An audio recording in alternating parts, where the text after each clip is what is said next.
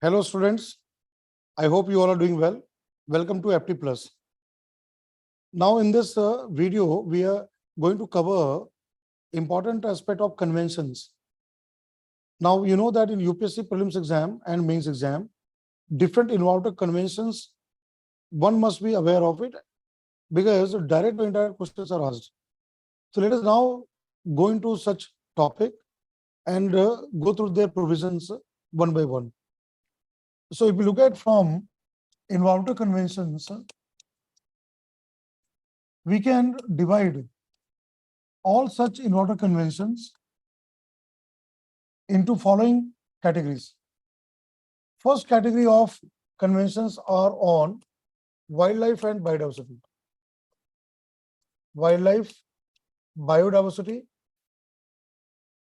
and ecosystem protection and conservation and management. This is the first category of conventions. Second type of convention what we come across, that is in terms of environmental pollution. Environmental pollution and let's say any kind of hazardous waste and all this. Third type of convention we come across, that is on global warming and climate change.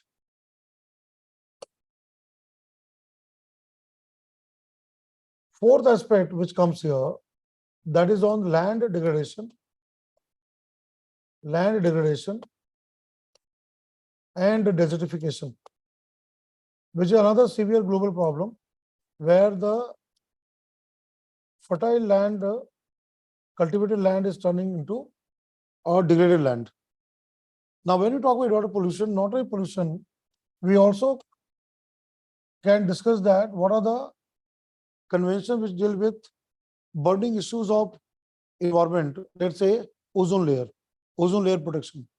That again comes into that. So this is where 4 headings we can study environmental treaties and conventions. Now let's go to the first one, that is in terms of wildlife, biodiversity and ecosystem conservation and management point of view. The conventions there, the first one comes a convention on biological diversity, CBD. Now this is the framework in terms of convention where flora and fauna and all type of living organisms conservation, that is covered here. Now CBD is one of the very important conventions under Agenda 21. That is a blueprint of sustainable development in 21st century, which came into existence in Rio Earth Summit in 1992. So this CBD as a kind of convention, that is in terms of coming under the 1992 Rio Earth Summit under Agenda 21.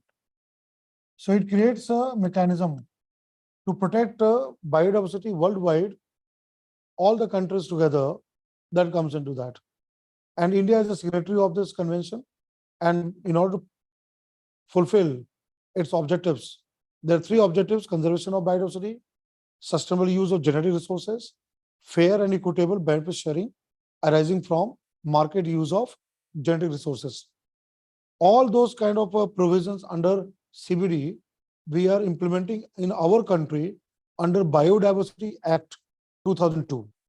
So that is one area comes into that. Second, what comes here, you all are aware of this, Ramsar Convention.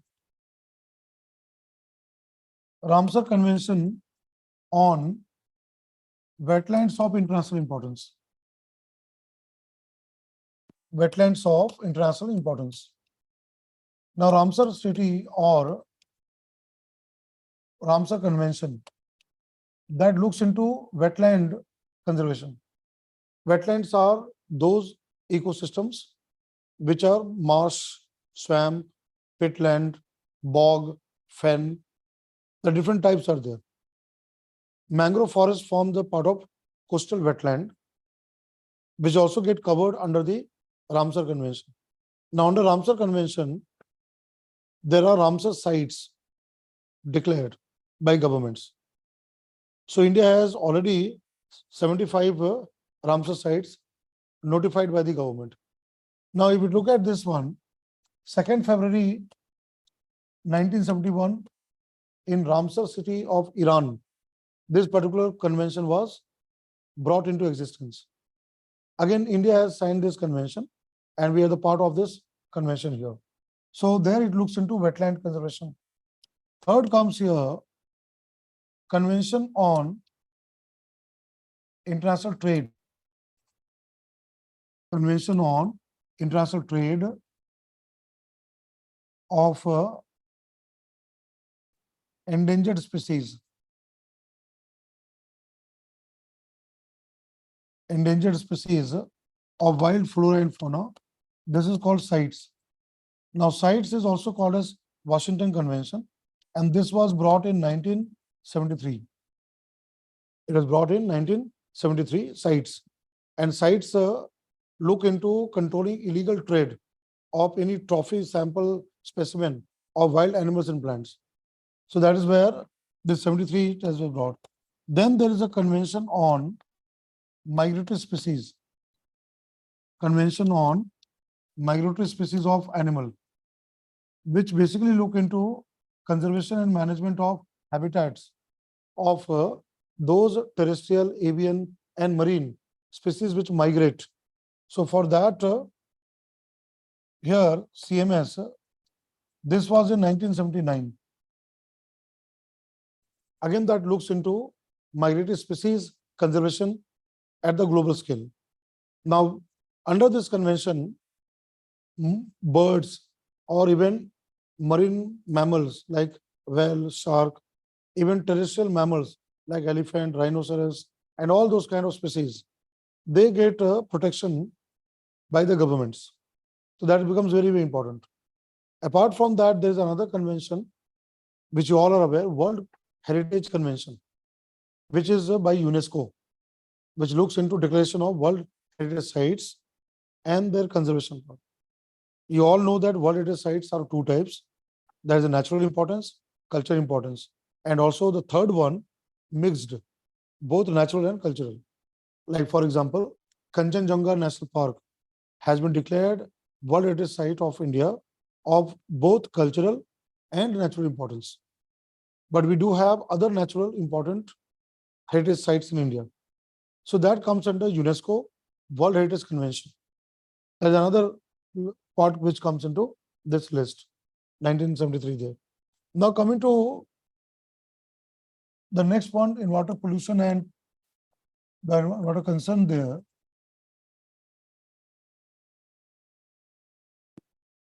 And different type of issues. If you look at intergovernmental or UN convention, the first one which comes here is called Basel Convention. Now, Basel Convention on is a transboundary movement of hazardous wastes, which include e-waste and all. That is covered under Basel Convention.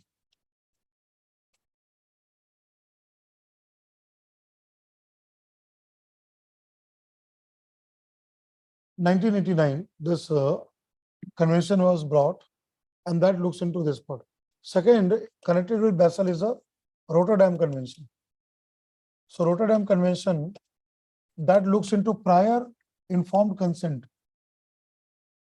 It laid down the procedure of prior informed consent, PIC, prior informed consent with respect to import and export, or you can say transboundary movement of hazardous chemical. It creates the list of those chemicals which are in the international trade. And if there's any kind of spillage or accidents, so their kind of a control and all mechanism, that comes under Rotterdam Convention, where the government consent to each other. So that is the 1998 convention which has been brought.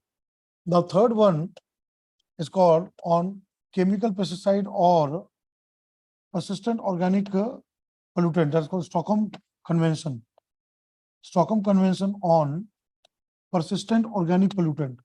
Those organic compounds and pollutants which are not easily biodegradable and they remain in environment for long duration and affect not only environment, air, water, soil in terms of pollution, but also cause harm to human health and other animals and plants. Like for example, chemical pesticide, weedicide, herbicide, all these are covered under Stockholm Convention 2001 that comes into that. Then you know that Minamata disease, mercury poisoning. So for controlling the use of mercury in various products and processes, UN has another very landmark convention called as a Minamata Convention. This was brought in 2013 as a global convention, and India has joined all this convention there. The Minamata Convention on use of mercury. And it declared process in terms of controlling the use of mercury, mining of mercury, and then phasing out use of mercury from various products and processes. So these four comes under UNEP, United Nations Environment Program. Now Basel Convention in terms of hazardous waste and the dumping of such hazardous waste by developed countries into African countries, least developed countries. African Union has come out with Bamako Convention, which not only include hazardous waste like e-waste and all this, but also include nuclear waste. So that is by regional treaty by African countries, which is as per the Basel Convention, Bamako Convention, right? Apart from this, what I've written here, you know that other kind of part like here, ozone protection. Ozone protection, you all are aware, Vienna Convention. 1985 Vienna Convention, in order to protect the stratospheric ozone and then protect the mankind from dangerous UV radiation. This convention was brought. And then a very important protocol, Montreal Protocol. Montreal Protocol, legally binding protocol, that was adopted in 1987 to phase out production and consumption of ozone depleting substances, ODS. And the first action was removal of CFC, freon, chlorofluorocarbons, as a refrigerant from domestic use. Now, recently, governments have come out with the Kigali Agreement in 2016 during the conference in Kigali, Rwanda, in order to phase out production consumption of hydrofluorocarbons. The objective is to control the global warming and climate change. So again, that is another kind of a landmark convention, Vienna Convention comes in. Now, apart from this, if you look at climate change, global warming and climate change convention, you are again aware that Rio de Janeiro, Rio Conference, Rio Earth Summit, Agenda 21, another landmark convention was UNFCCC, United Nations Framework Convention on Climate Change, which was brought in 1992. This is the global convention, United Nations Framework Convention on Climate Change, to take any mitigation, adaptation, climate finance, technology, cutting down greenhouse gas emissions at the global scale. Now, here, one landmark protocol was brought, Kyoto Protocol in 1997, to control the release of emissions by providing targets to Annex 1 countries, that developed industrialized countries. That is a Kyoto Protocol, which got ended with coming of Paris Agreement. So Kyoto expired in 2020, and after 2020, the new agreement has been implemented. That is a Paris Agreement. But Paris Agreement was first time brought into existence in 2015 COP21 Conference of Parties 21st Climate Change Summit in Paris in France. That time it was proposed and adopted. 2016 it got ratified, and after 2020, from 2021 to 2030, it has been now implemented. So that is a global framework which comes into that. Now coming to the next one, in terms of land degradation